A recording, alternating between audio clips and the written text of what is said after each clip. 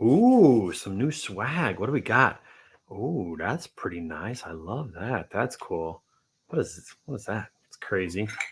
I like Ike. Oh, truckparking.com. Ooh.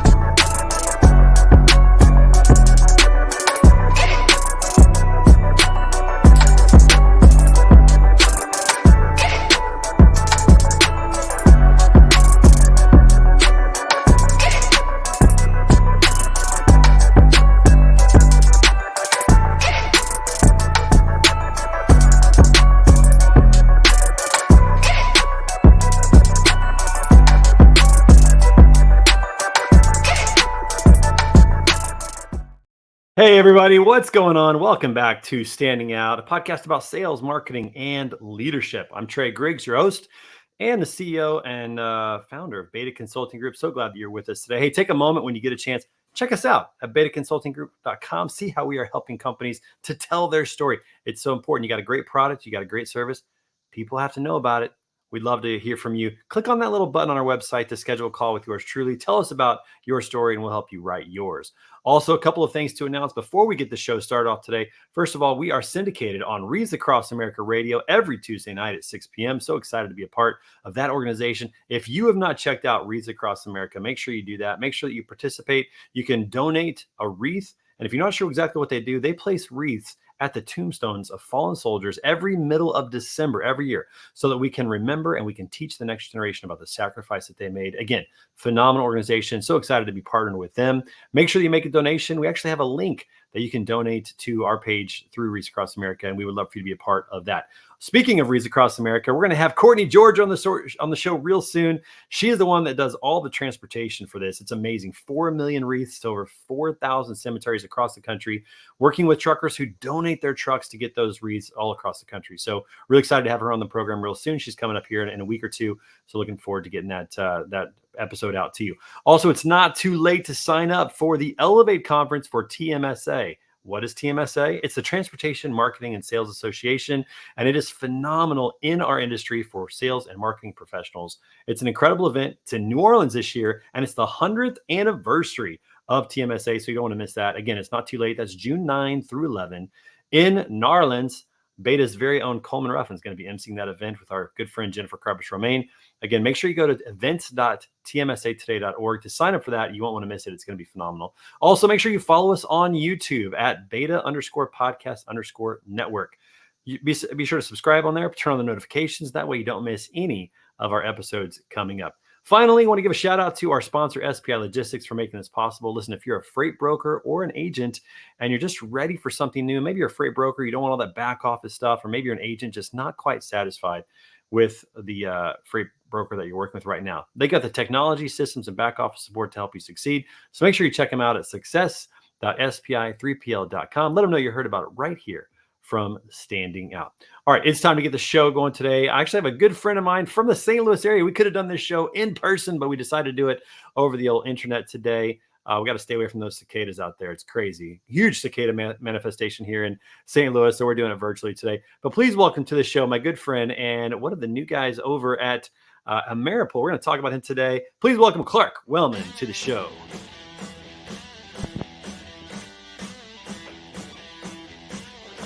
Now, this is a good song, dude. This is a good song right here, man. Always good to hear some new walk-up music. How you doing, my friend? I'm good. How are you, my friend? It is good to have you on the show. I feel like we should have been doing this over some sushi, but this is okay. We'll make this work. This will be all right. Sushi's and noodles, brother. Sushi's and noodles. We got our normal sushi run around here. Shout out to Wasabi here in Clayton area in St. Louis. But good to have you on the show today, man. You're doing something new, and I can't wait to talk to you about it. So thanks for being a part today. Appreciate it. I appreciate the offer. Thank you. All right, man. We got to talk about this cicada infestation. You live in Kirkwood. I'm out in Wildwood. We're about 25 minutes apart. Are you guys feeling this? Are you seeing this? Yeah, it's funny. I was talking to my wife last night. We were letting the dog out. So first and foremost, dogs like eating cicadas, but not our little princess for some reason. Oh yeah, I see these dogs eating the cicadas all the time, but not our little princess. But we started, it was like a wave, a slow wave. We'd start hearing them out in the west, My wife jinxed it. She said, honey, I'm not sure if they're going to come to our neighborhood. And then literally 2 days after the fact, boom, we got nailed.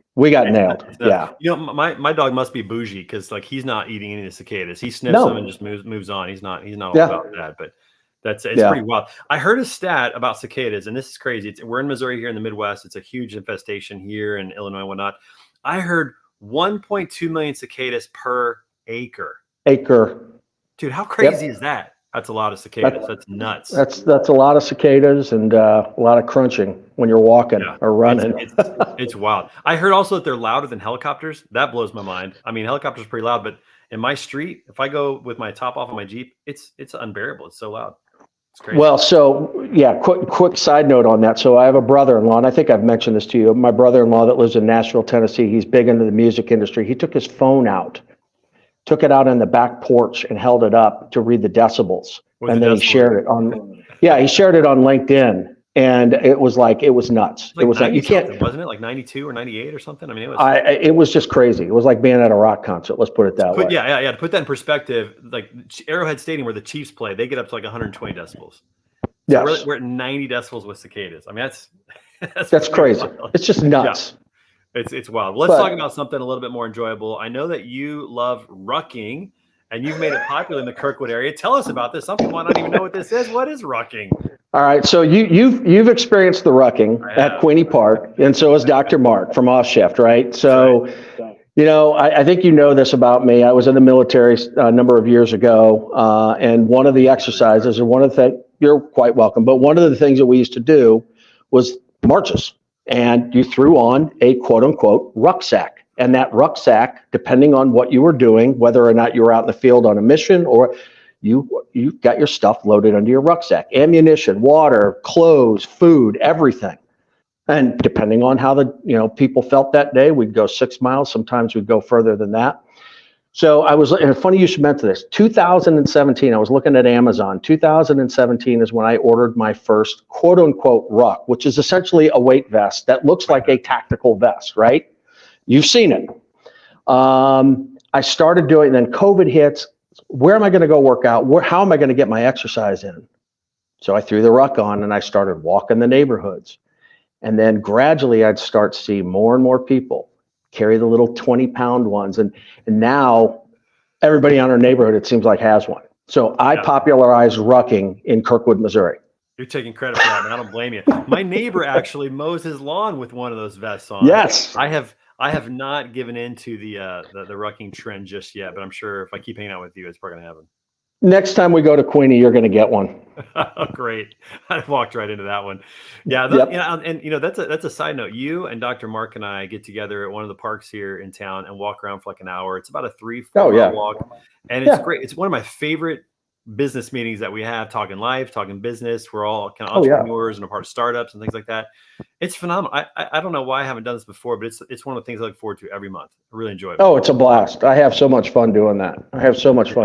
So yep, it's so good. All right. So one more thing before we get into the serious stuff, and that is I think you might have a message for the Bodacious Cowboy, our good friend Jeff Dickinson. Is this true? Yeah, if Mr. Dickinson happens to watch this at some point, I would like to I would like to certainly display this for you. This comes from the great state of Ohio, and then Columbus, which I consider Mecca, and then Ohio Stadium, which is the holy grail of all college football, and even above those people up north in that state that I shall remain nameless. Excuse me.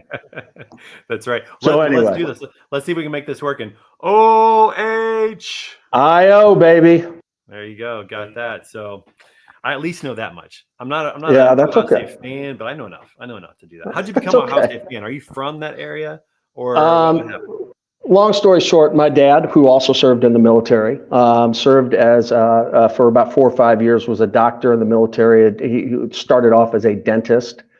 And then the Ohio State University had one of the premier, and I brag about my dad all the time, premier oral and maxillofacial surgeon programs where you essentially become an MD and fix broken faces. Mm. So he went to school there, took me, my mom, my other sister with me. And if anybody that listens to me or what understands, when you grow up in Columbus, Ohio, you have no choice but to be a Buckeye. So I've been a Buckeye. Yeah, I mean, if there's a state that really rallies around one university, it's Ohio for Ohio State University. I mean, really, absolutely. Anybody talk about any other schools that are there? There's some good schools there, but nobody talks about them. Xavier's there, Miami, Ohio. There's several other good schools. Yeah. The University of Cincinnati, Miami of Ohio, like you said, they're all great schools, but they just don't have the Ohio State University They don't football have the loyalty, team. the cult-like following that Ohio State has. Yeah, we could be pretty obnoxious. We can be pretty obnoxious. Awesome. Yeah, it's cool. Yeah, and once you're in, it's like it's hard to get out. I get it. I understand. Oh, absolutely. Love it. Yeah. Hey, you had a LinkedIn post recently where you quoted somebody that said, remind yourself 60% better to a problem is better than 0% better. And that one was worth posting. Talk about that a little bit and your thought process around progress and just improvement. Talk about that. You can never stop learning, right?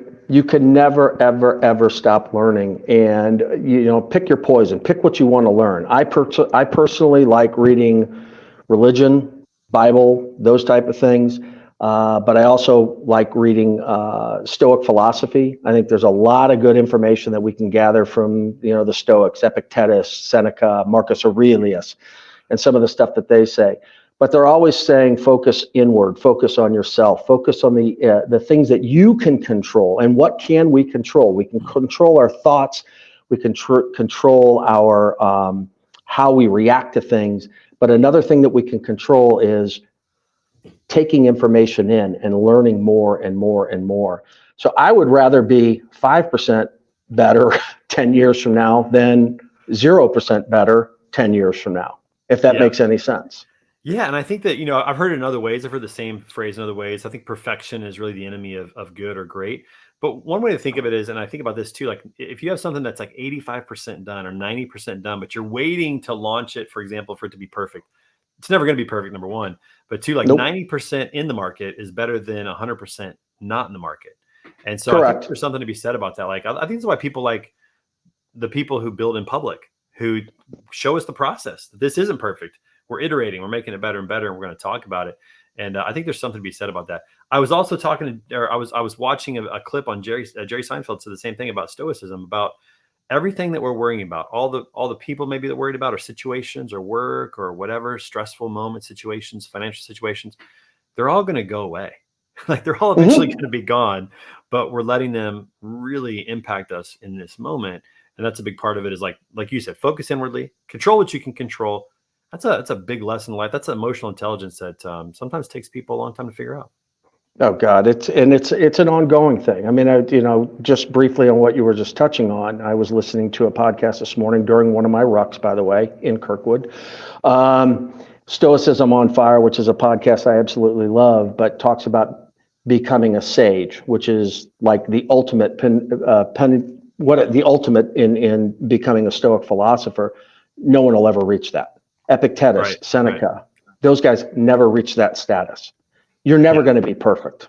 You're never going to be perfect. It's like being an expert leader. It doesn't exist, or an expert parent. I mean, you're always learning, always figuring something out. And I think that attitude, in some ways it's depressing, because I think we all like finish lines. We like getting somewhere. But at the same point, it's like working out. You're never going to be in perfect shape that you don't have to keep working out and doing things. So a lot can be learned out of that. And I know you're a history buff. You mentioned Marcus Aurelius and some of the others. Are there any historical events that particularly interest you, that have like maybe key takeaways, which, you apply to your life, your profession? Like which ones really kind of grab you? I am big into World War II history. I absolutely love World War II history. I like, Vietnam history, Civil War history.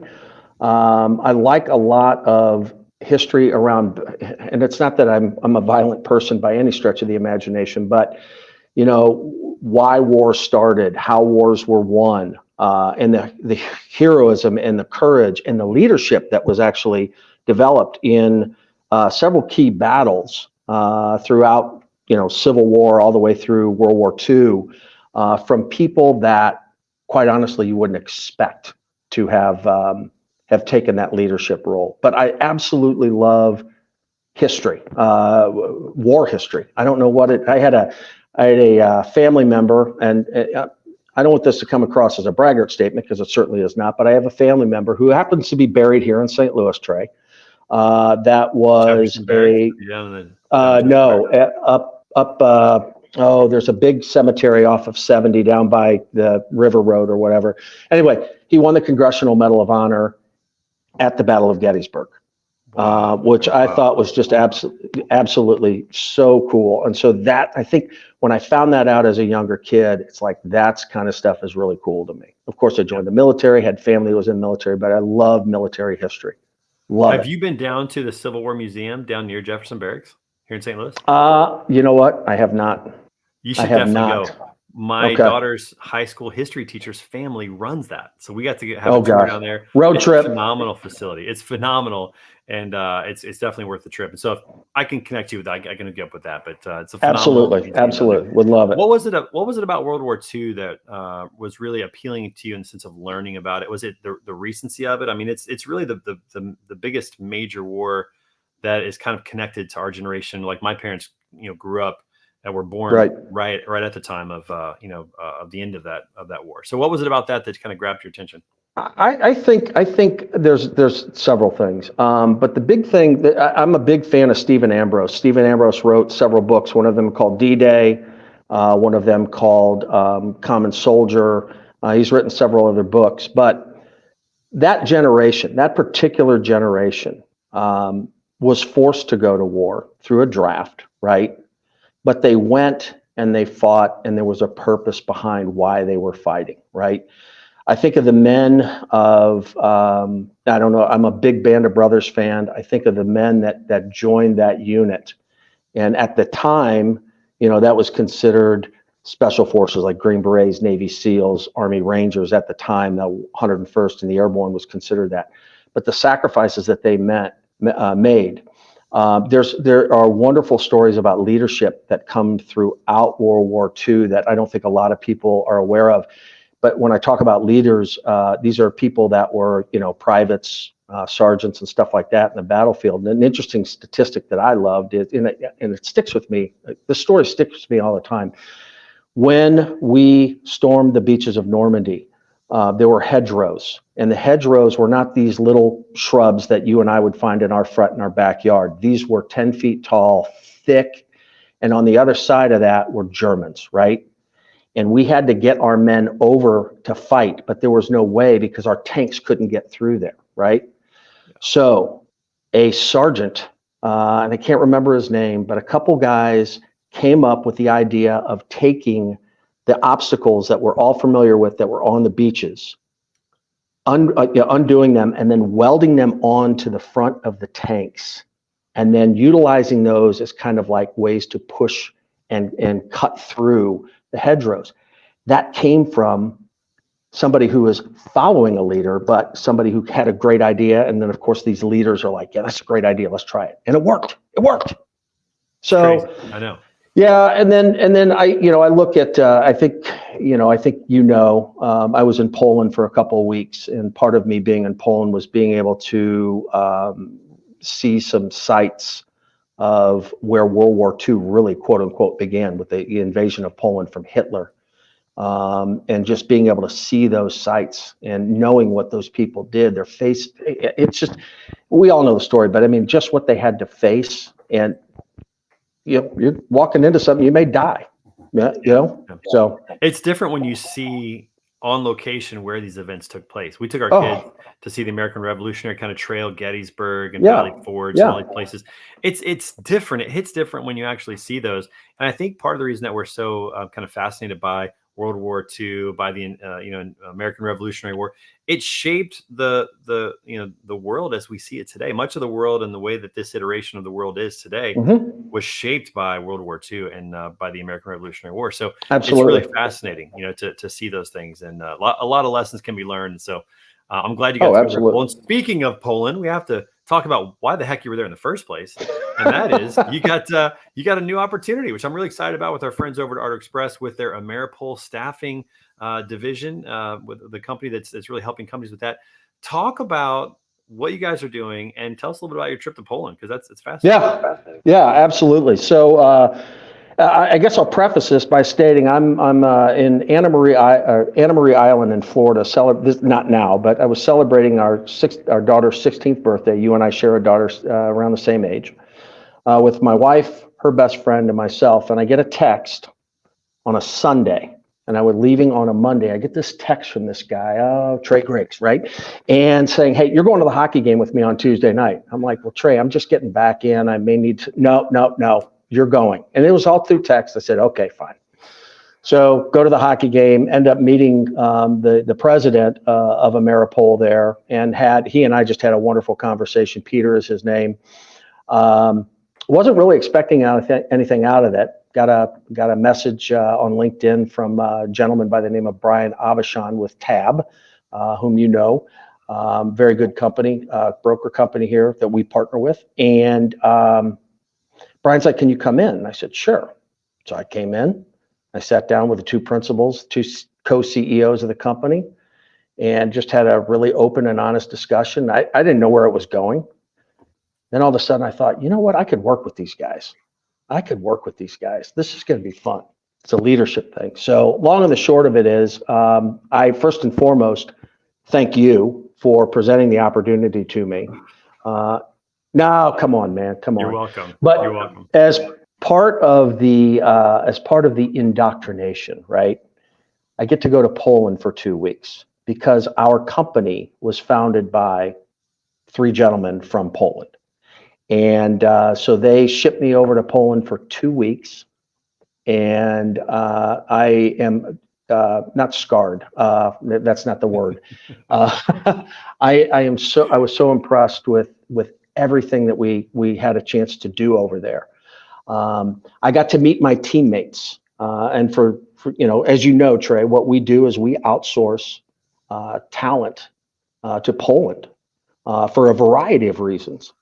But these guys wanted me to go over to Poland and see the country, experience the culture, meet my teammates. And there's so many lessons that I've learned over there that I've brought back with me. Does that kind of answer your question? Or no, that's incredible. Yeah, and I want to dig into that just a little bit more, because what I love about Sure. what AmeriPol is doing is, you guys there are other companies in the space that do something similar, Sure. with outsourcing work in different parts of the world, but the workers in Poland and their attitude and their work ethic and their education level, it's so high. And probably my favorite part of the whole model is their ability to come over to the United States. There's a visa exchange where they can just come right away for I think up to 6 months, which allows them to come and sit next to and in the offices of the companies that they're working with. And so Absolutely. the training and the adoption, the education curve, all that is phenomenal with the model that you guys have. And that's one of my favorite things about what you guys do at AmeriPol. What was it about, when you started to understand what they were doing that really attracted to you? Because I remember when they came to me like, hey, do you know anybody that is a really good salesman? I'm like, I know a guy here in town. Yeah, let me make that happen. So we kind of had a little behind the scenes, pulling the strings a little bit to get you to the game, but I'm glad it worked out. What was it when you learned about their model that you're like, yeah, this is it. This is a great model. This works really well. Well, doing a little research on Poland itself, the country, really kind of was one of the things that kind of pushed me over the edge. You talk about the education, Trey. I think there's a sense of pride over there too that is palpable, right? So let me talk about the education piece first. Poland, like many other European countries, offer free education, higher education, right? Now, it's your choice. You can either choose to go or you can choose not to go. And several of the people that we have as teammates have chosen to go to school, okay? The other thing, people say, oh, it's free. Yeah, it's free. You still have to get in. Their requirements to get into university are incredibly stringent because they're paying for it. The country is paying for you to go to school, right? Yeah. So when these people go to school, my teammates, when they have gone to school, they are there because they want to learn. They want to learn. And what is most humbling for me, having spent 2 weeks there, all right, is I'm sitting next to people in our offices over there that have master's degrees in economics. I was sitting next to a gentleman that does some work for one of our clients that is getting his law degree, okay? I mean, these are smart smart people.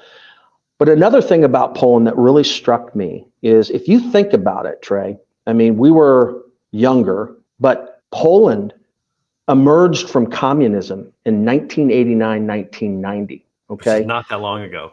That's one generation Exactly. ago. Exactly. Okay. So one generation ago, these people are coming out of communism. You go over to that country now, it has exploded. It has exploded. The people have a sense of pride because they were taught that by their parents who were living under communist rule. The guy that I work with, Peter, lived under communist rule up until 1989. Got to play soccer over there. He played professional soccer and everything. But when I left that office, and I said, guys, one thing you guys can be proud of is where you are as a country.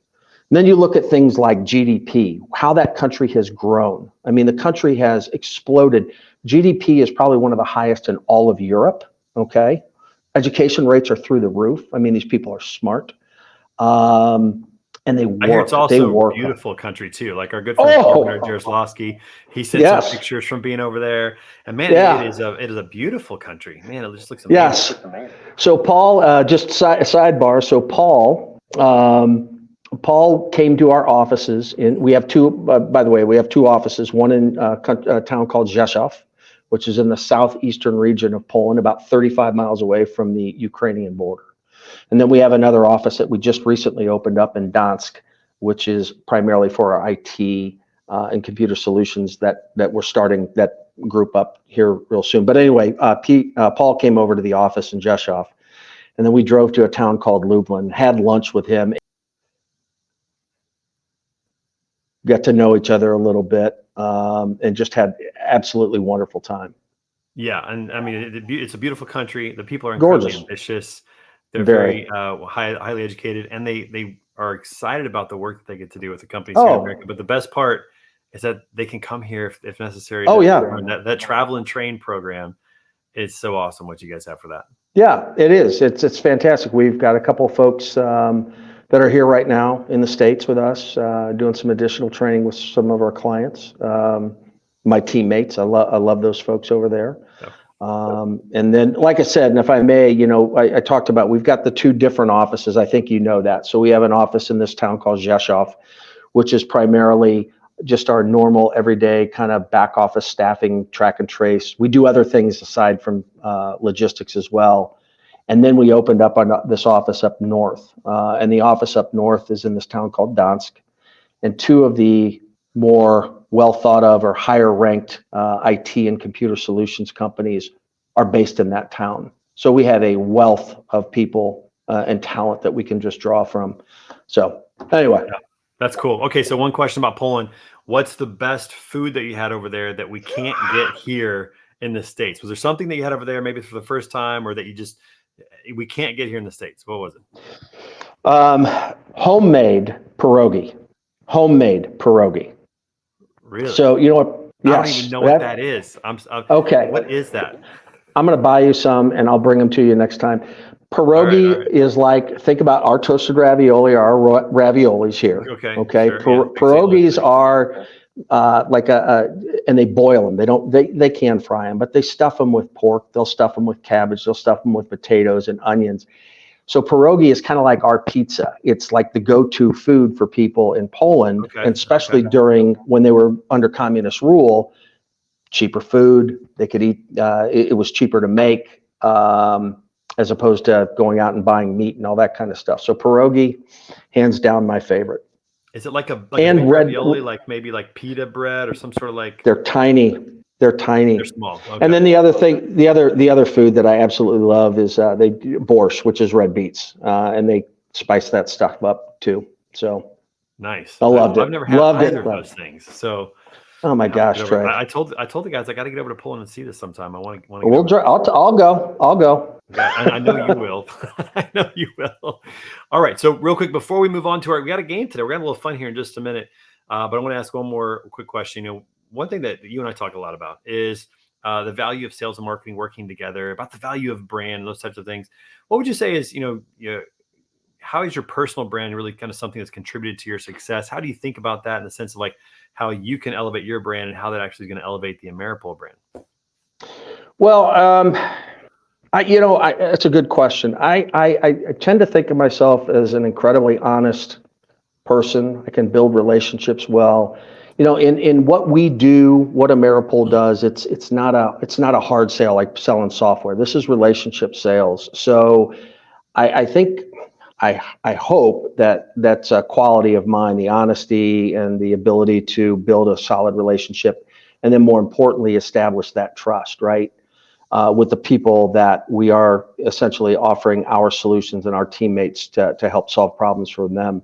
So that's, there's probably more to that, but I just believe that, you got to be honest, and you've got to build that trust, and you do that through being honest and being there to listen, and to help solve problems and so forth. I don't know if that answered your question but yeah, no, it speaks volumes to it, because I was having this conversation with another friend, and I've had this conversation as well. Is there's a likability factor in sales that matters. When I was in door-to-door sales, for example, if I could get somebody to like me, then I had a shot. But if they didn't like me, I had zero shot. I mean, they just tell me to get out if they didn't like me. So there's an element of likability. I mean, rarely do people buy something from someone they don't like. They only do that when they have to buy it and they don't have any other options. Then they'll exactly. But if they have options and they don't have to buy it, likability is a big part of just getting your foot in the door. And I think that goes to reputation. It goes to who you are, building trust, having integrity. All those things build into that, where people feel like, I like this person. I'll talk to them. I'll listen. To them, Yeah. Part of it. I agree. And I think it's interesting too, because I look at, how we want to grow this company, how AmeriPol wants to grow. We're not looking in it to just expand and just get huge in a short amount of time. We want to take our time, develop the relationships, build the trust with the clients, build a reputation as being a very, very, very reliable BPO. And so the leadership here has the same kind of vision, just to make this just the place to be if you need help, right? Yeah. And personal brand matters. Like, if likability gets you in the door, a great product or service often keeps you there. I think that's really valuable to have both. And so personal branding is a big deal. We talk about it, especially if you're in sales. Like, to me, if you're in sales, that's a big part of the equation now. Like, it used to be, knocking on doors and maybe on the phone, and then now there's email. And nowadays, I really believe that social media and having a social presence and LinkedIn engagements and relationships and all those kind of things, all of it feeds into who is Clark Wellman and do I want to talk to him? All that stuff matters. It all matters. You do a great job with it. So I was excited to recommend you to the good people over at AmeriPol. So it's awesome stuff. And shameless plug for you, though, if anybody needs help with that kind of stuff, the guy sitting in my case to the left of me. I can't say enough about what you have done and how you have conducted your business. We've known each other for about 4 or 5 years. I knew you when. Yeah, you've seen the journey, man. Yeah, you're a superstar, brother. You're a superstar. Well, you're very kind. Thank you for saying that. I appreciate that. Let's have some fun, man. Let's play a game. Today we're playing a game called Wavelength. Oh boy.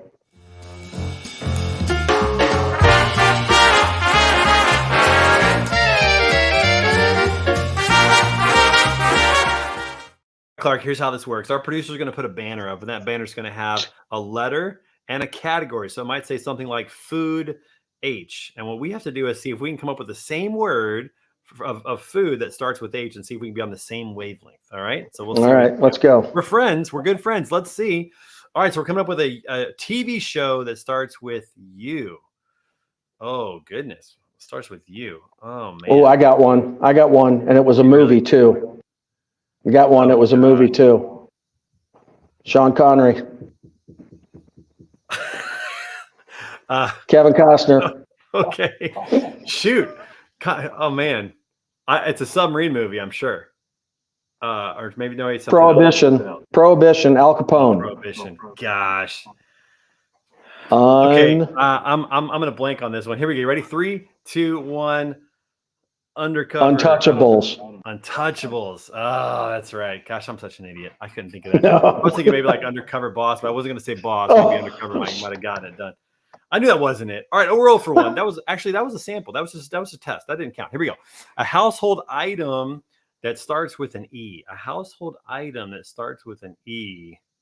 Okay, I got one. I got one. What? Send this to I've you. got one. I'm not sure if this is going to work, but I got All right, here one. we go. Go. 3, 2, 1. Electric blender. Ooh, electric anything. You probably said electric. Yeah, I know. That's right. Electric would have been a good choice. I should have done that. Yes. Electricity is probably the best option. That's true. All right, we're 0 for 1 officially. 0 for 2 if anybody's actually counting. All right, a catchphrase that starts with "in." Catchphrase that starts with "in." This is a tough one. That's a real broad category. All right, I got one. I think I've got one too, but go. We ready? Not in my house. Not today. Okay, We were so close. We were so close. Oh man. I like not in my house. Yeah. That I think those have the same sentiments. I think they have the same sentiments. I think we should get credit for that one because that was a broad. Yeah, we do. Came up with not. I think that was pretty good. So okay, we're going to take that one. So we're 1 for 2. All right, here we go. An animal that starts with a B. An animal that starts with. Gosh, I can only think of. Okay, I got one. You ready? 3, 2, 1. A bear. Let's go. All right, 2 in a row. Here we go. All right, something you can wear that starts with an O. Something you can wear that starts with an O. Ooh, and I don't think we're going to use colors here. It actually has to be an object. Starts with an O. I got one thing. I can think of one thing, but it's not the actual way you say it. Yeah, I do too. I've got something. All right, here we go. 3, 2, 1. Opticals. Wait, I said optical. Let's go. All right. I said optical. That's 3 in a row. That's unbelievable. That's hard to believe that we got that one. Okay. All right. A food that starts with a G. Oh, a food that starts with a G. Yep. Oh man. I can think of several, but I've got one that just popped into my head. So I'm blanking right now. Let's see. Oh geez. A food that starts with a G. Why am I stuck on this? Okay, breakfast here we go. Food. Got it. Okay, here we go. Ready? 3, 2, 1. Granola. Oh my gosh. You got to be kidding me. I had grapes as my first one, and I switched it. Oh, you can't switch, man. You can't do that. It's like a test score. You can't change answers. The first one's almost okay. So we got a half point. All right, we're 3 out of 5 on that. We got the first 3 letters correct, but not correct. Okay, here we go. Last one. Let's see if we can pass today's Waveley. A movie that starts with F. Okay, I got one. I do too. All right, let's try it. 3, 2, 1. Here we go. Ferris Bueller. Oh, that would have been a good one. That Ferris Bueller, that would have been good. All right, my friend. We got 3. That's actually pretty impressive, and I'm really excited. That's not bad. Opticals. That's crazy that we got that. That's pretty wild. Okay, lastly, we got a random question for you. It's always like fun just to see. I don't know if this is a good question, if it's a bad question, or if it's funny, serious. I don't know. Here we go. What sport would be the funniest to add a mandatory amount of alcohol to? Oh, I like this question. What sport would be the funniest to add a mandatory amount of alcohol to? Oh gosh. I'm sitting here thinking. I got a Summer Olympic sport. You ready? Okay, Summer Olympics. I'm thinking gymnastics. Yeah, I was. And Can you mine try to do a balance beam with just a little bit of tequila? Oh man. Either that or the shot put or the discus in track. Gosh, somebody could get hurt. Because you got to spin around. Around. You're thinking of the baseball bat. That's hard enough as it is, and then throw a little liquor in there. That's pretty crazy. Okay, oh my gosh. Summer Olympics. Just a little shot of something before you do the balance. Yeah, absolutely. Let's see what happens. Some uneven bars with a little tequila thrown back. I mean, let's see what happens. It could be bad. It could throw up as well. That crazy. All right, my friend. So what's next for AmeriPol? What are you guys working on? How can people learn more about this? Well, obviously the website, AmeriPolStaffing.com. What do we have in the works? Well, as you know, we are tech, right? Did you say tech? Is that where you're opening up your? Yeah. So we started off with, as I mentioned before, we started off with just the basic, fundamental staffing for several different tiers, right? And then we said, you know what, IT, computer, AI, all the stuff that's coming at us from you need talent for that. So we opened up that office up in the northern part of Poland. Very affordable town, but also close, very important, very close to 2 of the top universities in Europe for that for IT and computer. Marketing wise, hey, you know this. We're been flying under the radar. We're going to continue to probably, fly a little bit under the radar, but we need some Not much visibility. And this longer. is Not much longer. no, not much longer. And we've got some talented people from the outside that are helping us with some marketing and some messaging and so forth. I believe as kind of one of the leaders of this organization, we don't know everything. We've got to bring people in to kind of help us frame that for us. So there's some folks, and I think you know a few that are helping us out with that. But just kind of be on the lookout for us. We're coming. We're coming. Yeah. It's Deion important Sanders. to have quality partners that can help you out in ways that, maybe you're not as strong. And you guys are certainly doing that for your customers. So, man, Yes. It's always good to have you on the show. Thank you for visiting. And I can't wait for our next sushi run or our next rucking adventure. I know it's coming in the future. All good stuff, man. Appreciate you being on the show. All right, man. All right, everybody, make sure you come back every Tuesday for an episode of Standing Out with great guests like Clark Wellman. And also, thank you to our sponsor, SPI Logistics, for making this possible. Remember to visit them at success.spi3pl.com. Especially if you're a freight broker that's just tired of having the back office and all that. You want to just stay in your lane and work with customers and covering loads. You got everything you need. So check them out at success.spi3pl.com. And until next time, don't forget, my friends, stop standing still, start standing out. We'll see you soon.